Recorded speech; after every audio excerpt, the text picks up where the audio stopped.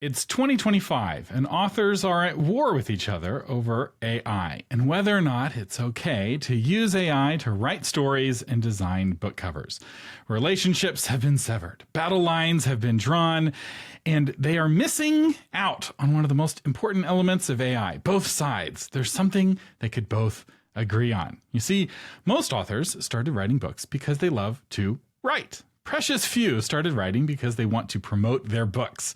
And this is where AI can come in. AI can help you improve your marketing while also saving you time at your marketing, giving you more time to write. And who wouldn't want to be able to spend less time on book promotion and more time writing?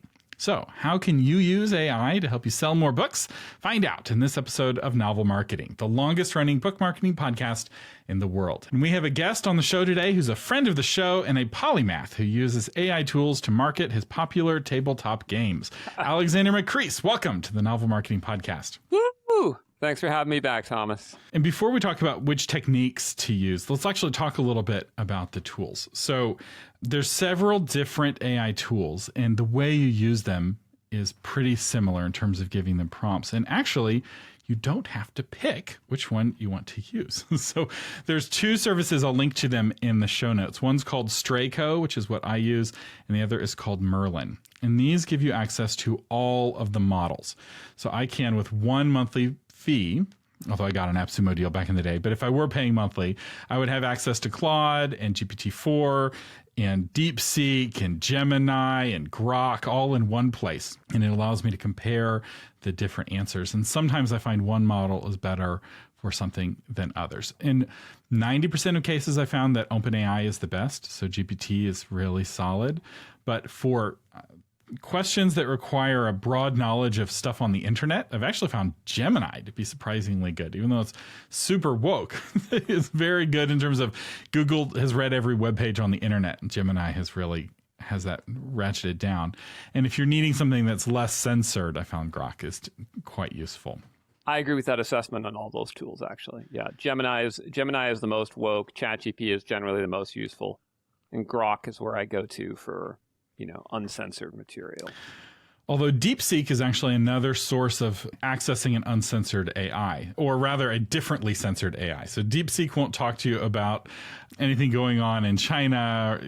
If you want to know about oppositions to the Uyghurs or massacres in Tibet, it won't talk to you about it. But it also doesn't care as much about American politics and won't censor you as much on the American things. And I know Merlin does this, and I think Strayco does it as well, is they run local versions of DeepSeek. So you can have the power of DeepSeek without sharing your interactions with the Chinese Communist Party, which I see as a big perk. That's the big downside of DeepSeek. You don't want to be giving info to the CCP if you can avoid it. I've used a service called Abacus, abacus.ai, which is similar, I think, to what you're describing Merlin does. And it can tap into multiple engines. I don't have a strong recommendation. I will say that Strayco, which is the one that I use, has a tool built in where it'll actually help rewrite your prompts to help make them a little bit better. And it does it in a transparent way where you can tweak it and you can toggle that on and off. And so if you're new to interacting with an AI assistant or having some help with the prompts is helpful. But I will say, any AI can help you with the prompt. And so as we get to all the different tasks you can do with AI, because we're about to get there. But with each one of these, what you can do is say, hey, I want to accomplish this goal. What kind of prompt will help me accomplish that goal? So I want help writing marketing for my website. How can I give you a good prompt to give me a good marketing copy for my website? And it will actually give you a prompt that you can then tweak to feed back into the AI. So you can use the AI to help you use the AI, which is pretty fun. It's super meta. You can even use it one step more, and you can say, I would like to use you for marketing. What are the ways I could use you for marketing? And then it'll give you those. And then you'll say, what would be a prompt I could use to and it's interesting. Right now, my friend group is divided into roughly 3 groups. Group number 1 is the group that thinks AI is changing everything and they're really leaning in. Group number 2 is the group that thinks AI is changing everything and they're moving to New Mexico to live in a bunker. And then group number 3 is the group that thinks AI is just the new pets.com and it will change nothing whatsoever and it's all hype. And I used to consider myself part of group 3, I have now transitioned. I now think group 3 is really, they're wrong, right? Like it's already become life-changing in terms of its ability to integrate into workflow. So I'm sure we'll have some listeners that are group 3 types that are thinking, what's it all about? The more I dive in, the more I become convinced I'm either in group 1 or group 2. And part of what perpetuates that group 3 thinking is people using the free versions of the AI tools. And so it's like, I don't think cars are all that. I think horse and buggy is where it's at. And I tried driving a car and it wasn't very good. It's like, what kind of car did you drive? Oh, well, it was a golf cart. It's like, oh, well, golf carts are only useful in really specific situations. And actually, a horse and buggy is superior to a golf cart for a lot of use cases. But a Toyota Corolla is actually superior to a horse and buggy for most instances. If you're wanting a romantic ride around Central Park, the horse and buggy is still superior. But if you're wanting to drive to New Jersey, the Toyota Corolla is the better option. And so if you haven't tried one of the paid versions, you really should try that before making a judgment call on whether you think AI is a useful tool or not, because the paid versions of all of these tools are significantly better than the free versions. And there is also a learning curve associated with it. The way I felt when I was learning to use it is it was very much like encountering an alien species that had learned to speak English, but it wasn't a native speaker. And so I had to learn how this alien being thought. But then once I was able to sort of translate my requests, then I could start getting what I needed beamed down to me from the spaceship. And it just becomes more and more powerful as I train it. For me, what really helped me learn to interact with the AI was images, actually. If you pay for GPT-4, it gives you access to DALL-E, and you can ask it to generate images for you. And so a lot of the blog images for our Author Media blog have been AI generated, because one of the challenges, I've been blogging about book marketing for 15 years. And the temptation is for every single blog post image to be a book and a computer or a typewriter. Mm-hmm. And it's like all of the images will start to look the same after a while. And the levels of nuance that we need for a good image, you can't find on a stock photo site. And for a blog image, it doesn't make sense to pay some designer $500 to make something custom.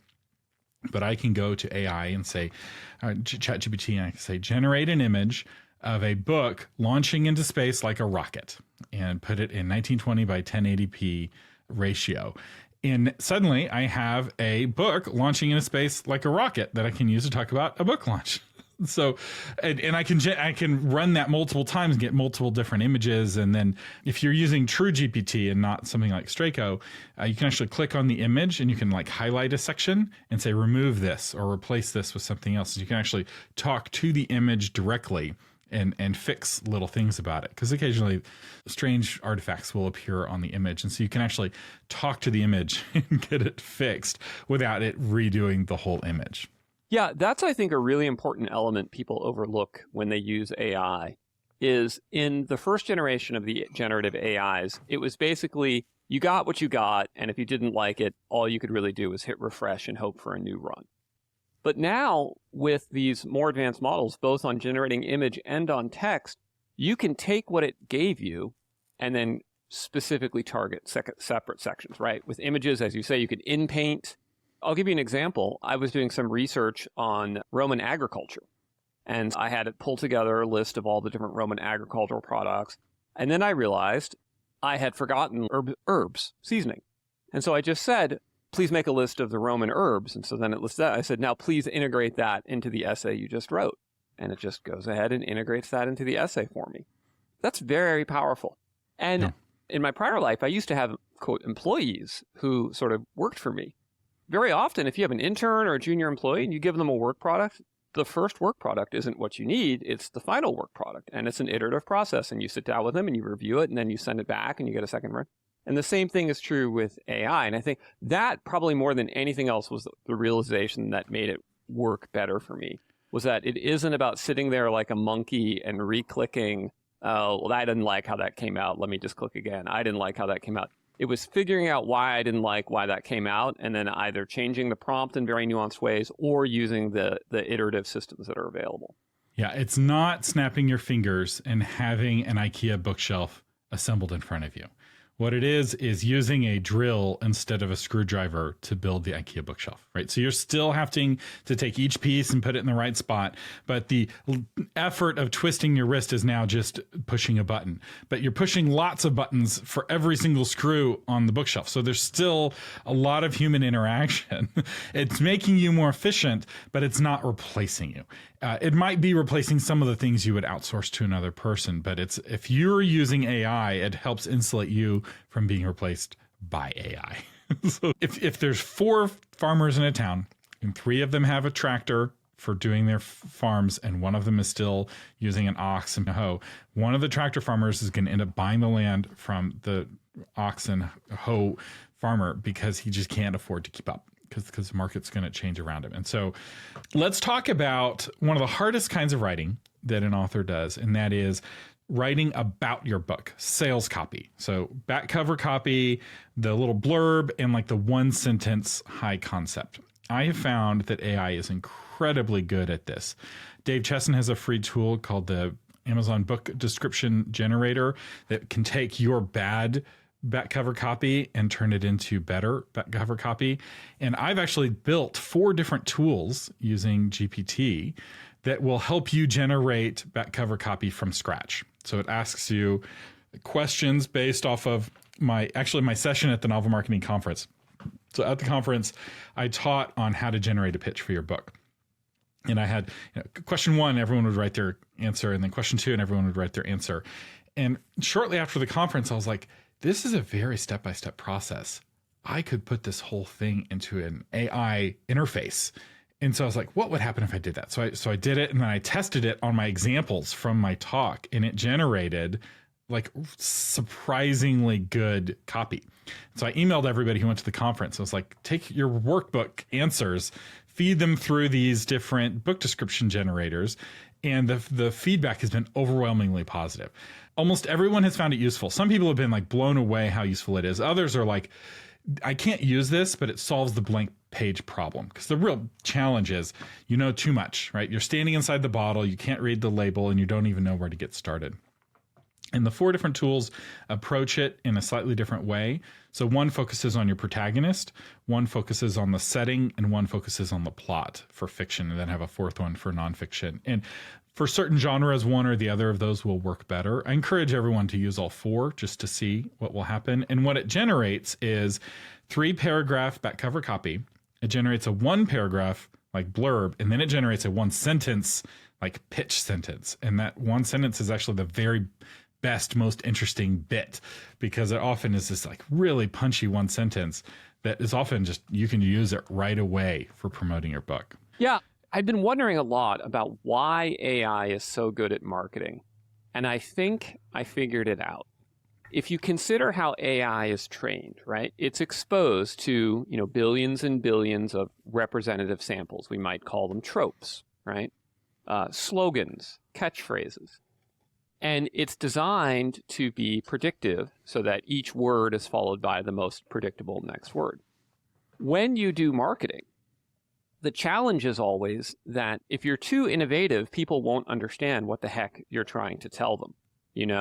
If your book description is filled with, when the Gualamaga attacks Kiza Nakamu, you're like, well, I have no idea what's going on, right?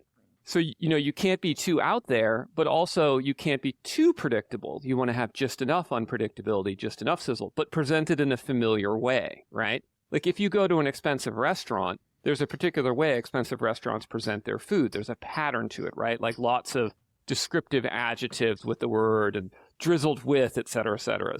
And if it wasn't presented that way, you'd be like, well, this isn't an expensive restaurant. But at the same time, you want it to have that unique combination. And it just happens that the way they train AI, it's perfect at that. It's as if it was designed to do that. And I found that to be so powerful. Yeah, well, AI may not have read all of the books on Amazon. It has read all of the book descriptions on Amazon. Right. That's right. So it's read millions and millions of book descriptions, and it knows what a good book description looks like. And it can help you generate that. And you don't have to use my tools. Once I'm done testing them, I'll probably make them patron exclusives like I've done with some other AI tools that I've built in the past. But you can do this if you have a paid version of an AI program. You can describe your book in your own language, talk about your protagonist and what he wants and what the obstacle is in the way, describe the antagonist a little bit, and then say, use this to generate a book description that would make this book appealing for an Amazon customer. Some sort of pitch like that. And you'd be surprised how good of a response you get. Or go back to what we talked about earlier and just start with, I want to create back cover copy for my book. How do I do that? And then the AI will prompt you with what prompts to feed it, and it will walk you through the process of generating that. So it actually can hold your hand through that process. Or you can become a patron of the Novel Marketing Podcast and use one of my tools. Which you should. You should be a patron. I have also found where it's really, really useful is in coming up with particularly titles as part of a series. So, for instance, I'm working on a fantasy series that I'm publishing with a friend of mine named Jonathan Oldenburg. And we knew what the first book was called, but we didn't know what the others in the series were going to be called. And we had this sense, well, there must be a method to how you do it. And so we used ChatGPT and we had it look at best-selling fantasy novels and best-selling fantasy series. And we figured out, that there's certain commonalities. And one of them is that series tend to always have, every book in the series has titles that are similar in format. So for instance, George R. R. Martin, you have Game of Thrones, Clash of Kings, Feast of Crows, right? Like there's a predictable format. And there's a number of different formats that are used.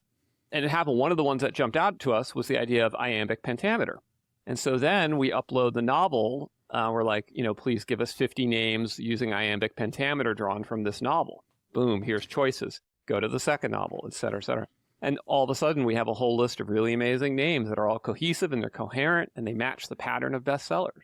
And you get it done in 2 hours instead of an all-day workshop. We do that with our episode titles. So episode titles historically aren't that important for a true podcast because people subscribe to a podcast based off of the content and they're going to get the next episode because they liked the last episode. And, historically podcast titles would be episode 123, episode 124, right? It's like there wouldn't be a whole lot of thought put into the episode titles, but that's not the case on YouTube. So now that we're trying to be YouTube as well, titles and thumbnails are critical, and it's really difficult to come up with a good title. And so I have found that I can feed in the whole transcript of an episode into ChatGPT, or I'll feed in all of my notes for an episode, or my introduction sometimes is all I need.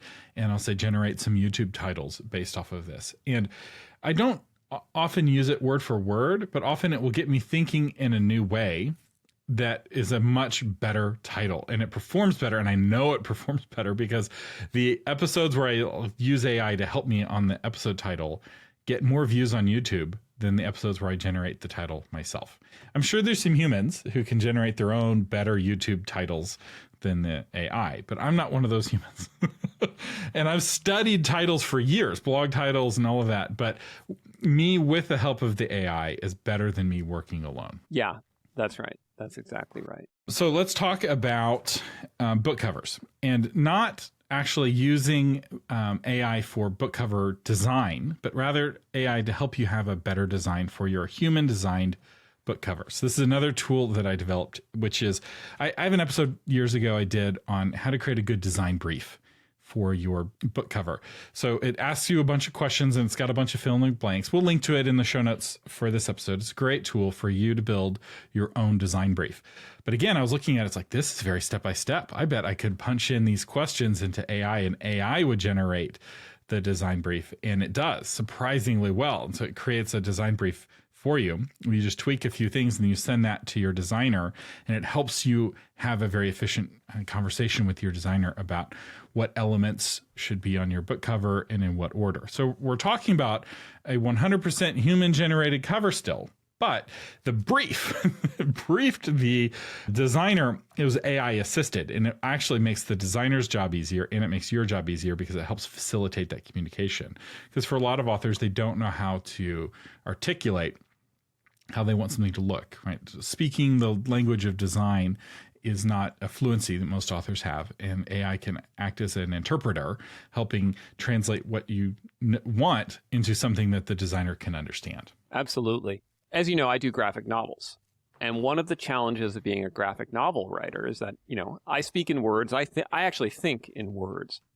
But I have to somehow now take those words and convey to a person that lives across the globe that I've never met in person this image that I want them to draw. And part of the challenge there is that there's a very specific vocabulary that artists are trained in that I'm not trained in. For instance, if you say medium 3/4 crowd shot or something like that, right? Like that has a very specific meaning to an artist that necessarily I didn't know what it meant when I started this, or upshot, downshot, right? It's almost a cinematic language. Some of the terms they use for color, dynamic lighting, all these things. And so what I've learned to do is if I see a comic image that I like, I can show that comic image to ChatGPT, and I can tell ChatGPT, explain this image as I would tell it to a human artist, and it can then do that for me.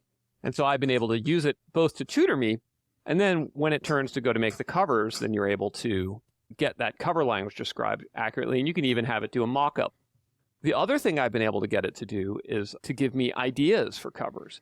Because just like you were saying how every image you're ever going to do for your blog, if left to its own devices, it's like a keyboard and a book or whatever, right? The same is true of fantasy covers, right? Like left to your own devices, every fantasy cover is the hero looks noble on an impressive landscape with a weapon, right? Like this is every fantasy cover for men. But you could actually tell, this is what my book is about. What are 20 ideas? You can even feed it the whole book and say, what are 20 ideas for my cover? It's incredible. And I want to underline that. So feeding it your whole book is something you can do, and I want to explain what that means. This means you take the rough draft or the current draft of your book and you upload the entire book to GPT, which is something you can't do with a free version. But all of the tools, most of the paid tools, can handle an entire book's worth of content that you upload, and then it gives them the context for then you can ask it questions. You could also use it to generate like a book Bible, like if you're trying to build a wiki of like, give me a list of all the characters and where they live and how tall they are. And like it'll pull out stuff from what you've already written to help you keep consistent in future books. But you can also upload your entire book and then say, generate a pitch for this book. And it having read your entire book can generate a pitch for that book, or generate a book cover design brief based off of this book. Because cover designers don't typically read the books they design covers for. No, they don't. It's way too expensive because it might take 8 hours to read a book. And if they charge, $100 an hour, that's an additional $800 of cost to the book. Most authors don't want to pay that extra $800, and most designers don't offer that as a service. But AI can read it like this and generate that brief for you. And it's really useful to have an assistant who's actually read your book, because most of the humans in this industry won't read your book because there's too many books going through too quickly. And it's actually really difficult to get industry professionals to read your book if you're not paying them thousands of dollars first. It's true. It's true. It's worth noting. So in ChatGPT, it has, when you do the paid, you get two things you can do. You can create your own GPTs. So for instance, I created an Axe GPT, which is my own GPT, where it has been trained on everything that I wrote for Axe. And so if I don't remember my own rule, I can just go ask it for it, right?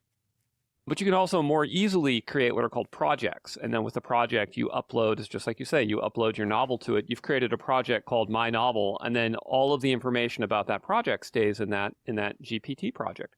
And it can cross-reference itself, and you can upload more knowledge to it. And it's super easy to do. It takes 30 seconds to set up, and it's fantastic. But again, totally not available to free users. That's right. So you've uploaded your book to the project. So GPT has now read your book. And so you can ask it questions like, can you generate an email for me announcing this book to my email list? Can you generate an email for me teasing the characters in this book to my email list? Write an email teasing the inciting moment, right? Like suddenly you can get rough drafts. Now, you're not going to just take these emails that GPT writes for you and paste them into Kit and send them to your subscribers. That's not what we're talking about, right? This is the drill. It's not snap your fingers and have the bookshelf. It's it's push the button and screw the screw in. That one piece made a little bit more efficient. But it's, for a lot of authors, a lot easier to edit existing marketing material than it is to create marketing material from scratch. So you can do this with your onboarding campaign. You can do this with your website. So in fact, I did this. I had a course that started off as a part of Obscure No More. So Obscure No More is my really big course that's on platform building. It's like my course of courses. And I had a section in there for marketing psychology, and it kept getting bigger and bigger and bigger until finally, just because of how Teachable works, it was easier for me to pull out the marketing psychology section of Obscure No More and make it its own course. And at no point did I market it or promote it to anybody, because the whole point was just, this is for Obscure No More students. But then it came around to be Black Friday, and I was like, I should promote this. And I had just a few paragraphs of garbage, placeholder text that I had written really quickly that was really terrible. But I had transcripts from every session. And so I was like, oh, I can paste the entire course, the content of every one of these sessions into GPT. It wasn't in a single document, so I had to copy and paste from a bunch of different places. It took, 5 minutes of work, maybe 10 minutes of work. And then I was like, write a landing page for this course. So it generated a landing page, and I used probably 90% of what it generated for me. I tweaked here and there, and then I started getting sales on it. Of course, I had not gotten a single sale. Of course, I hadn't promoted it, but now it was getting sales, and people were really happy with the course. And this whole page of sales copy was generated for me very quickly off of, I think, my very first attempt at a prompt. Like, this wasn't me going back and forth and iterating. It was just like, give me something to work with that I can then tweak. And we tweaked it very quickly and got a decent landing page. I could have put more work into it, and probably should still, but from going from zero to something, GPT is really good at that. Another area where it's also really good, which is helping you know which audience to market to, or even how to write to market. So I wanted to share this with the audience, because I thought it was really amazing that it could do this. So I took Ascendant Star Spangled Squadron and I uploaded it to ChatGPT when I created my Ascendant project. I said, what is the plot of Ascendant Star Spangled Squadron? And it gave me back the plot. I won't read it here, but it gave me like, a one-page plot summary. But so let me pause you real quick. For those of you still trying to go traditional and your publisher asks for a plot synopsis, it can read your book and generate the plot synopsis, tweak it, send it to your publisher. You're done. Just saves you 2 days of hassle. Okay, yes. Continue. Yes, and it was a really good plot synopsis. It got all the key story arcs, it got the theme, it got the tone, everything. So then I said, what audience would this book be most likely to appeal to? So then it goes through, 1, fans of superhero comics with military and political themes. And it gives actually other books that are similar. Readers who enjoyed stories like The Authority, Ultimates, or Watchmen, which examine superheroes through the lens of government oversight and military invention. Fans of Marvel Secret Wars and DC's Justice League who are drawn to its team-based super action. Libertarian and conservative-leaning readers who feel mainstream comics lean too heavily into progressive meaning may find Ascendant a refreshing alternative. Fans of gritty, realistic superhero stories with dark consequences such as trauma being the trigger for ascension, aligned with the tone of comics like The Boys. So it goes on, and it identifies all of the potential fans. And so now you can say, all right, now that I've identified all the potential fans, now make me an ad campaign for this group of fans. Make me an ad campaign for this group of fans. Which character do I focus on in my ad for this group of fans? Which character do I focus? I mean, this is stuff that I used to do as a marketing consultant for the video game industry, and we charged tens of thousands of dollars for. I had an entire business that this is what we did for video games, and now you can get smarter than me at the snap of your fingers. So let's say you're wanting to do Facebook ads, but you don't know who to target, right? Going through this process that you just described not only solves the who do I target on Facebook, but what about my book do I use to pitch that person, right? Because different aspects of a story will appeal to different kinds of readers. And now you can have super tailored ads. And no author could afford to hire a consulting company for $30,000 to build them out those kinds of target personas, right? Books aren't that high margin. They don't appeal that much. Even like a New York Times bestselling author isn't getting that level of marketing assistance. But now you can get it for your price of whatever it is that you're paying for whatever AI tool that you're using. So $20 a month, most of them, $10 to $30 a month is the range. Now you're getting tens of thousands of dollars worth of marketing consulting for this very small price. And it's just a matter of uploading your book and then asking the right kinds of questions. And Another area where I think you can lean into then is in the notion of writing to market. So if traditional marketing is you market what you've written, writing to market, you write the book that will find a market because you understand the market so deeply, it's basically going to sell itself. And so you could tell ChatGPT, this is the audience I want to reach. What sort of book should I write to appeal to them?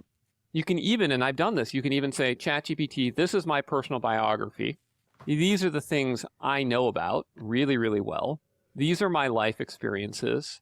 What audience would I be most likely be able to reach in a fiction book inspired by these interests? What genre, et cetera, et cetera. And it can do it all for you. And again, this is the equivalent of high-end marketing consultant that you used to have to pay Madison Avenue thousands and thousands of dollars for. And people are like, yeah, but sometimes it makes mistakes. And it's true. But you know what else sometimes makes mistakes? Human beings that you hire. In fact, they'll make terrible mistakes if you're not careful. And when you correct them on mistakes, it can hurt their feelings, right? So you have to navigate this whole coach, because as a boss, you're coaching people, you're trying to help them to become better and perform better if you're a good boss anyway. And so you're wanting to give them feedback that's useful. And so it's not just about telling them you did this wrong, but it's about telling them you did this wrong in a way that's encouraging and uplifting, because people don't like feeling like failures. And even they'll quit jobs that they're getting paid for that they're not going to lose just because they don't feel like they're winning, right? So there's this whole thing that you have to navigate. And so while you don't have to navigate the emotional side of it with the AI, you still have to navigate the coaching side of it with the AI. And that's an important piece of this. So don't fire the AI the first time it makes a mistake. And don't do the same with a human who's working for you, right? It's a relationship that's built over time. And unless they're embezzling funds or something, right, give them more chances, give them coaching, because often the mistakes are due to a poor communication. And this is one of the things I found with AI. It's really easy when you're prompting AI initially to forget to give sufficient context. So it only knows what you're telling it. And so you're like, give me back cover copy for my book. And it's like, what is your book? And you're like, oh, yeah, I guess I should. You know what I mean? It's really easy not to prompt it with enough stuff. And so you learn as you're interacting with it to give it additional context, and things that seem obvious to you aren't obvious to the AI in ways that really only interacting with it will help you figure out. It's like, okay, I need to help it with this. And this is actually one area I found very helpful. When you're creating a prompt, tell the AI what role you want it to fill. So act as a marketing consultant and that phrase, act as a marketing consultant or an advertising consultant, will put, because you're assuming that, right? You're wanting help with marketing, but it's not obvious to the AI, especially if it's with a book, right? It's like, oh, am I a professor giving a literary analysis of this book? Am I a marketer? Right? There's a lot of ways it could approach your question. And so prompting it with what role you want it to play really makes a difference. And I found that dramatically increases the quality of the responses when I prompt it with what role. In fact, I now try with almost every prompt to tell it what role, right? As a part of the prompt. So act as a XYZ, right? Act as a doctor giving me feedback on this medical condition, right? Whatever it is. And here's another way you could use it. This is getting to the writing a little bit, but you can what is your professional opinion of this medical scene in the book? Yes, you can get that kind of perspective from it as well. One of the things with my prompts, I had never thought about doing the roles. That's really clever. Where I have been reduced to screaming frustration in the past has been because I failed to understand that the AI takes into account everything in its context. And I don't necessarily know how it's appraising some things in context. But the example that was clearest to me was I was trying to just mock up an image of a warrior, without a weapon in his hands. And it drew this picture I really, really liked, but he had a sword in his hand. So I infilled and I got rid of the sword, and then I do the prompt, the warrior has empty hands. And it draws again, and it puts the sword back. And it does this over and over and over again. And I'm to the point, I'm red in the face, and I'm screaming at this thing as if it has a personal agenda against me. And my wife walks up, and she looks at the image, and she says, hey, if the guy doesn't have a sword, why does he have an empty scabbard hanging at his belt? And I just looked at her like, oh. So then I just erased the scabbard. And I said, the man doesn't have a scabbard. And then it drew him again without the scabbard. And now he would draw with empty hands. Because in the AI's mind, if you've got an empty scabbard, where did the sword go? And that sort of thing happens all of the time. And it's so often the case that you're getting the wrong results just because of one little thing you've said wrong earlier in your prompt, that if you just tweaked it, it would work. And I think prompting with the same prompt over and over and over again can lead to frustration. And occasionally you're just trying to use that randomizer to get you what you want and you're really close, and it can work. And I've had guests who've used that method. But when possible, revisit your prompt and look for ways of giving your prompt better. And it's actually one of the things I really like about Strayco, of the tools that we talked about at the beginning. Because Strayco, one of the things it does when it rewrites your prompt is it guesses what role you want it to fill. So that's a tactic I learned from Strayco, because it always inserts the role. And sometimes it's really useful. It's like, oh no, I don't want that role. I don't want you approaching this as a professor.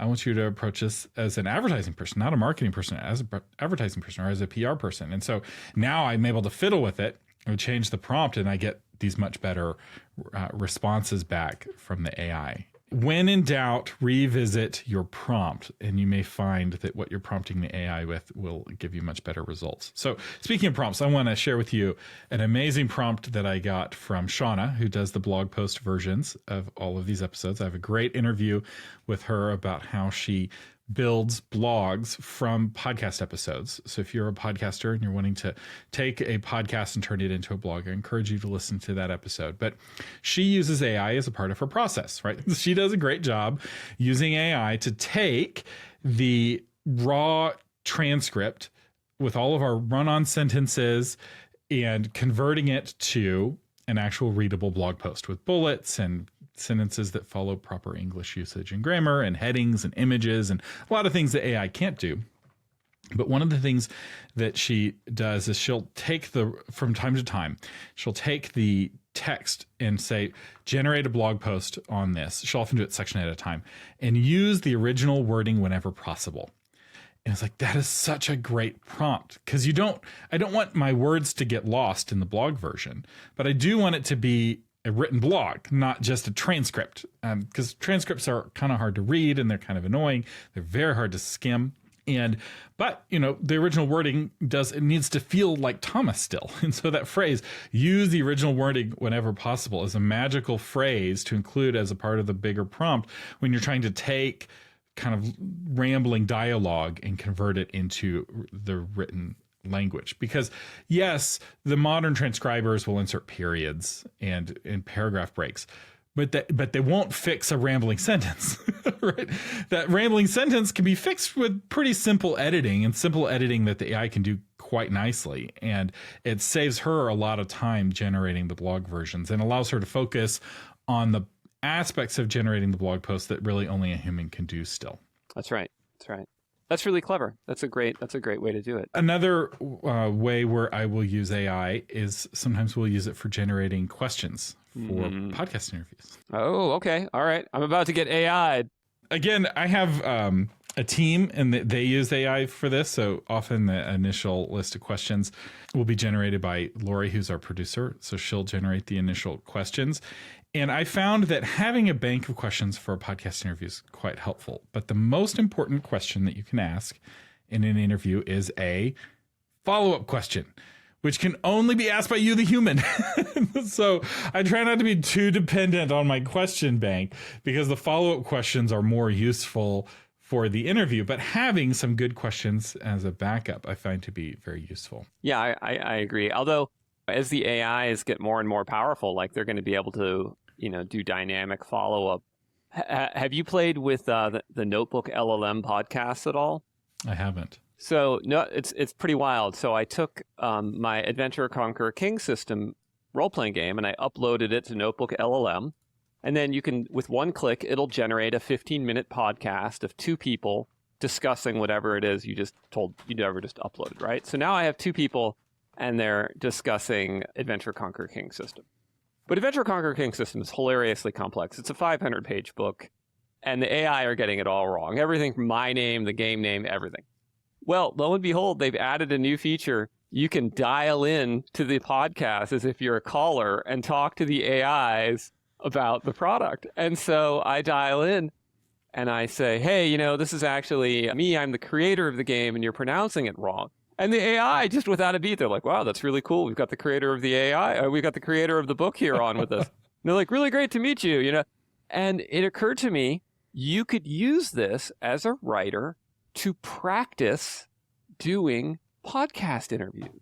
You could literally practice what it's like to go on a podcast this way, which is a hard thing to practice for people. Like, a lot of people get really intimidated by it and they turn down opportunities.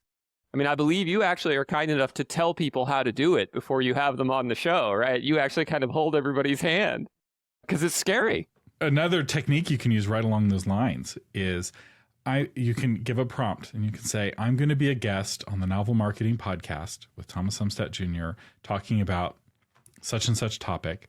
What questions is he likely going to ask me? Yes. And AI will then generate some questions that you can practice on. Yes. And because we never give the questions ahead of time, No, because I found that when I'm interviewing an author, if I give the author the questions ahead of time, they'll write out their answer and then they'll read it to me, and it doesn't feel like a conversation anymore. Right. It's super boring. Yeah. And so what I like about this is those aren't going to be the questions that are going to be asked, but some of them might be pretty similar, and it will allow you to practice and get a little bit more comfortable. And depending on how popular the podcast is and how well trained the AI is on that particular podcast, it may actually really nail it in. One thing that we did with Novel Marketing is I built a tool called AI Thomas that has the blog versions of all of our 450 episodes of Novel Marketing and 100 plus episodes of Christian Publishing Show. We loaded all of the blog posts into this model using GPT-4, and then you can ask AI Thomas questions, and it will then generate an answer from my episodes, and it will cite its sources. So it'll tell you what episodes it used for each paragraph. And then you can click on the link and go see the whole episode. And so it has never once hallucinated. I'm not saying it can't hallucinate, but the fact that it's citing its sources really keeps it on rails. And so it really does answer questions based off of the authority of Thomas Umstattd, because it's using my words or the blog versions of my words. And I've actually found it really helpful because there's some topics that I haven't done an episode on, but I've talked about it maybe a dozen times in other episodes. And in fact, we actually just had a question like this. It's either on a patron call or a mastermind call. Somebody asked me about King Sumo, which is a tool I talk about all the time. And they're like, Thomas, what tips do you have on King Sumo? And at first I was like, I need to do an episode just on King Sumo. But I was like, ask AI Thomas. And so they went in, asked AI Thomas, what are your tips on King Sumo? And it pulled out all my tips from all the different episodes when I've talked about King Sumo, and it wrote them like a 1,200 word guide on how to use King Sumo as an author. I was like, this is amazing. Another question it does really well is like, what are your book recommendations? I've never done an episode where I just recommend books, but I recommend books all the time on all kinds of topics. And so it's able to pull out all the different book recommendations on a certain topic and put them into this nice little list. And it's fun watching people use it. Oh, yeah. Because I can see all of the interactions. Yes, and I can also see when the interactions aren't generating good answers. And it's like, oh, I maybe need to do an episode on that topic so that the AI can be better. And this costs a lot of money, right? Building AI Thomas, the actual AI piece of it was relatively inexpensive, but generating those blog posts, that's probably at this point thousands of hours of labor between Shauna and I working on those blog posts. Like it's a considerable effort to build the blog posts, and in some ways the AI Thomas is more useful than the blog posts actually are. Right. Because it synthesizes all of that and gives you the answer that you need for your specific question. I also built a book cover analyzer. I actually have two currently. So you upload your book cover. It'll tell you what genre it thinks your book cover is for. Yep. It'll tell you what the major design elements are, and it describes your book. And then I think it'll tell you like what it thinks your target audience is, and then it will give you tips on how you can make it better. And I was going round and round with it on how to get it to give really good feedback, because we were testing it on good book covers and bad book covers. Right. It was overly friendly on the really awful book covers. And I was like, I don't want to give people false hope. And so I ended up making 2 versions of it. One that's general and one that's a little harsher. Right. I'm not sure which. People like the friendlier version more. I think the harsher version is probably a little more helpful.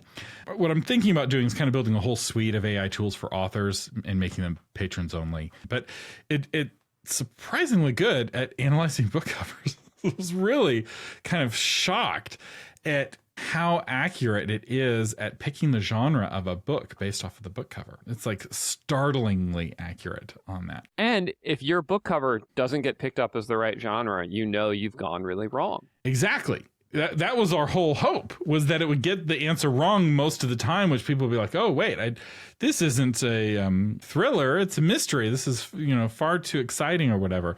But so far, it's gotten it right more often, which is actually less helpful. Although it's also possible that people are uploading pretty good book covers. Right. What are some other ways that you use AI to help you with marketing? And we've hit most of them, I think. Here's one. Data analysis. So sometimes as a marketer, you get marketing data. And sometimes that data comes in really useful forms and nice, friendly charts and graphs. But sometimes it's pretty noisy. And this is where AI is just like staggeringly good at finding the needle in the haystack. This is why Doge is finding so much efficiencies, because it's really good at going through massive piles of data and finding the data that sticks out. And they're using AI tools, and they're running treasury data through AI tools, and they're finding all kinds of stuff. It's kind of the same magic that you saw a couple hundred years ago when we switched to double entry bookkeeping. Yes. And suddenly a lot of the accounting fraud that used to happen with single entry bookkeeping was being revealed with double entry bookkeeping, right. Which is a terrible metaphor. But I went to business school and I had to learn it, and so I'm going to I'll share it. So for instance, we did the Novel Marketing Conference, and we surveyed everyone who came to the conference. And we had this Google form that everyone filled out. And the Google form had a mix of objective questions like scale of 1 to 5, what did you think? But it also, for too many of the questions, I had an other where people could write a little essay answer. And I keep needing to remind myself, writers love to write. So we had hundreds of pages of essay answers about what people liked and didn't like about the conference. So the first question we asked, were you glad you came? We got 100% of people who filled out the form said yes, they were glad they came to the conference. So that was really encouraging, but not very actionable, which is why we asked all these other questions. And so I took the CSV from the survey data. So we had 50 plus people fill out the survey, lots and lots of data. I uploaded it using Straco to all of the major tools, trying to figure out who was going to give me the best analysis. And here's the crazy thing. They all gave me great analysis. They were all able to pull out the major areas where we can improve, the major things we shouldn't change that people really liked, and generate a really good report based off of this data to help us make the conference even better next year. And it was just staggeringly good. In fact, I think GPT did the best, but the other ones weren't far behind. And it's like this kind of task of going through this spreadsheet and finding takeaways, actionable takeaways, is very dull, tedious work for a human to dig through the spreadsheet and find that information, especially when you have 50 people all saying the same thing, but one person saying something different or saying it in a different way. But the AI is able to zoom right in and pull those diamonds out of the rough in a shockingly good way. And so anytime you have a spreadsheet that's overwhelming you, it's an opportunity to hand it over to the AI and say, this spreadsheet is overwhelming me. I want to be able to sell more books. How can I use this data to sell more books? Even a simple prompt like that, it'll go into the spreadsheet and it might ask you some questions, and then suddenly it's giving you that insight. So your sales data from your email, potentially you could use sales data from any sort of ad campaign that you're using, a survey. So I have a whole episode on reader surveys. We'll link to it in the show notes. It's a really good episode. It can be transformative for your career to email your readers a survey. What I didn't talk about in that episode, because it wasn't possible back then, is take that survey data and upload it to GPT to analyze it, especially for the qualitative answers. Giving you a graph that, 43% of people, thought this was, enjoyable. Google Forms can do that. Yeah. It'll give you the graph. It's fine. Yeah. But for going through all of the kind of essay answers, GPT really shines there. Yeah.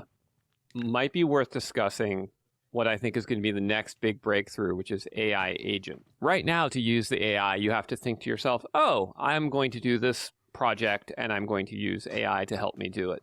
With AI agents, we're going to be able to actually set up essentially virtual personal assistants with ongoing steady tasks that they do for us unprompted, almost with a level of sort of operational agency. Right now, you could set up, let's say, Google alerts on some certain keywords for news about them, right? But it won't be long, and it might even be possible now if you're a skilled AI super user. You could set up an AI agent that goes to all of the best blogs and the best YouTube shows and whatnot on book marketing, or let's say the genre you're interested in, and builds for you every day, this is the most important stuff you should be looking at. These are the emerging trends, and this is the implication for the work you're doing. Boom, boom, boom, comes in for you every day. Or as it stands, I can now say, hey, write me 3 tweets that I should do to promote myself. But it won't be long until I can actually just tell the AI, come up with 3 tweets, pick the best one and tweet it every day, and it will just do it. And I can check in and see how my feed is going. It's going to be pretty profound. There's a feature where you can write something and you have AI make it flowery and fancier. Yeah. And then on the other end, you can have AI kind of take flowery language and make it simple again. Yep. So it's like, how much of this is just make work for the AIs on both ends? I know. It's like you take a summary and you're like, AI, write a whole email for me based off of this summary. And then somebody gets the email and they're like, AI, summarize this email. Just give me the summary. Yep. So we're giggling and we're laughing because this is fun. And I think that that's the better approach to it. A lot of people have watched too many 1980s films where they think that the AI is going to come and kill you. And the AI is not going to come and kill you. The AI has no will. The scarier thing is what other humans are going to use AI for. Absolutely. And the best way to protect yourself from humans using AI is to be fluent in AI yourself. And the more you understand how AI works, the more you get used to interacting with it, the more you can protect yourself from other bad people and good people and medium people who might try to use AI against you. Because the scariest form of AI is the AI that Meta uses to determine what you do and do not see on social media. It's TikTok's algorithm that can shape your worldview by deciding what video comes up next time you scroll up. Those are the scariest uses of AI. You becoming slightly more efficient in your marketing. You analyzing CSV's data better and having better spreadsheet analysis. That's not going to end the world, but it will help you spend more time writing your book, which is ultimately the goal. I think of it very similar to the invention of firearms and the implication of a small personal firearm for a warrior, right? You've trained your whole life in learning how to fight with sword and shield. And now, you run into somebody with a 6-gun and he can kill you, right? He's now more lethal than you are. But do you say, oh, well, I guess none of it matters anymore? Well, no, because the fit elite warrior with the 6-gun will still be a better warrior than Joe Schmo who just picks one up and shoots blindly. It's another tool in the arsenal. But what it does is now you can defend yourself in situations where before you couldn't. And it can be an equalizer for certain weaknesses you didn't have. It is difficult, though, to have just spent a year's wages on a fancy suit of armor. Yes. Only to then find out that some peasant with some musket can poke a hole through that armor and it still hurts you. It is. And that's the history of human technological development so often, right? I was reflecting on that as I was just getting ready for this podcast. And I'm like, oh, here's me on this keyboard rather than having to write. And I print books. And when I print books now, they just get automatically printed. There used to be a whole industry of people who would scribe books. That was their job. An illuminator was a profession of putting the little edging on books. And we don't even think about that. Our whole lives are built on an edifice of jobs that have been replaced that we don't even think about. Something else I was reflecting on that note is 2 times in my career, I have been at this moment where there's been this technology that's been controversial and has upset people. And the one that really jumps out at me is when they first began to develop pay-to-play micropayments in games. And when it first was developed, the first people to come out with it, man, it was outrage. You're destroying the video game industry. Gameplay is ruined. You're a horrible person if you do this. You're dead to me if you design this type of a game. And 20 years later, all of the people who design those type of games are billionaires, and everybody plays them and buys them, including the people who were complaining about it 20 years ago. And people still complain about it. Let's be clear. Microtransactions are still triggering, but they did work. I remember hearing a developer at Blizzard talking about how he and his team worked for years on StarCraft, and just years and years and years on StarCraft 2. And how, like, a few months after they released StarCraft 2, which is a masterpiece, very well received game, made hundreds of millions of dollars, Blizzard made that same amount of money with some mount in World of Warcraft. It took like a few development hours to make, and how that was the moment he realized that the whole industry had changed. And you can try to fight against the change, right? And fight against the tide. And there is a value in that, right? It is important to have a conversation between people trying to protect tradition and people who are trying to develop the new thing. And I think that's very valuable, but it needs to be a conversation. If you're just trying to kill people or cancel people who you disagree with, I don't think that that's valuable. And I don't think that that's helpful, because AI is here. There's no getting the horses back in the barn. There's no getting the toothpaste back in the tube. And there are good uses of AI. And I know that because you all use it. Everyone is on social media, which is AI. Everybody is using or quickly switching to a spell checker that's powered by AI. And these honor codes trying to cancel AI aren't going to work. And part of the reason why they don't work is that the people writing them don't really understand what's AI and what's not, right? It's like, have you ever posted about your book on social media? You've used AI. That person yelling at somebody else, how dare you use AI on Facebook? You're using AI right now. So it's like, AI isn't evil. People are evil. And this, as a good Texan, or as a true Texan, I should say, this is how I approach all technologies, right? It's not about good or bad technologies. It's about good or bad people. And what stops a bad person with AI is a good person with AI. So be that good person. Learn how to use AI. Share how you use AI for marketing in the comments. This is something we're still figuring out. People are learning new techniques and new prompts all the time. We have a whole space on authormedia.social just for discussing AI. And so people are sharing what they're finding, what they're learning. It's a safe space where you can ask questions. We don't have any jihadists in the community who are going around burning people at the stake for using AI. So I encourage you, if you're wanting to explore it more, check it out. Authormedia.social is free, and just play with it and have an attitude of play. And I think you'll find that it's actually pretty fun to learn and fun to interact with. And I also encourage you to check out Alexander Macris. He has an excellent Substack, Tree of Woe. We'll link to his games. Alexander, have you built a website on your name yet? Do you have Alexander? I have not, but I did buy it based on your advice. I did buy it. So we're going to link to his dead alexandermacris.com. Hopefully at some point he'll build a website. And I will say, if you're wanting help putting together a website very quickly, AI can help you do that. It can. It can. In fact, you're a known enough person where it can probably generate the beginnings of an about page for you without you even needing to prompt it. It can, but the problem is it got trained on all the bad things people said about me when I got canceled. So it thinks every time I talk to my AI, it's like, wow, you're pretty problematic, bro. Gab thinks I'm great, though. There you go. So use AI, make your life easier with it, make the world a better place with the tools that you have in front of you. The Novel Marketing Podcast is a production of authormedia.com. You can find the blog version of this episode at authormedia.com/451. And if you found this episode helpful, would you be willing to share it with a friend? It really helps out the show. I'm Thomas Umstattd Jr. saying thank you for listening, and live long and prosper.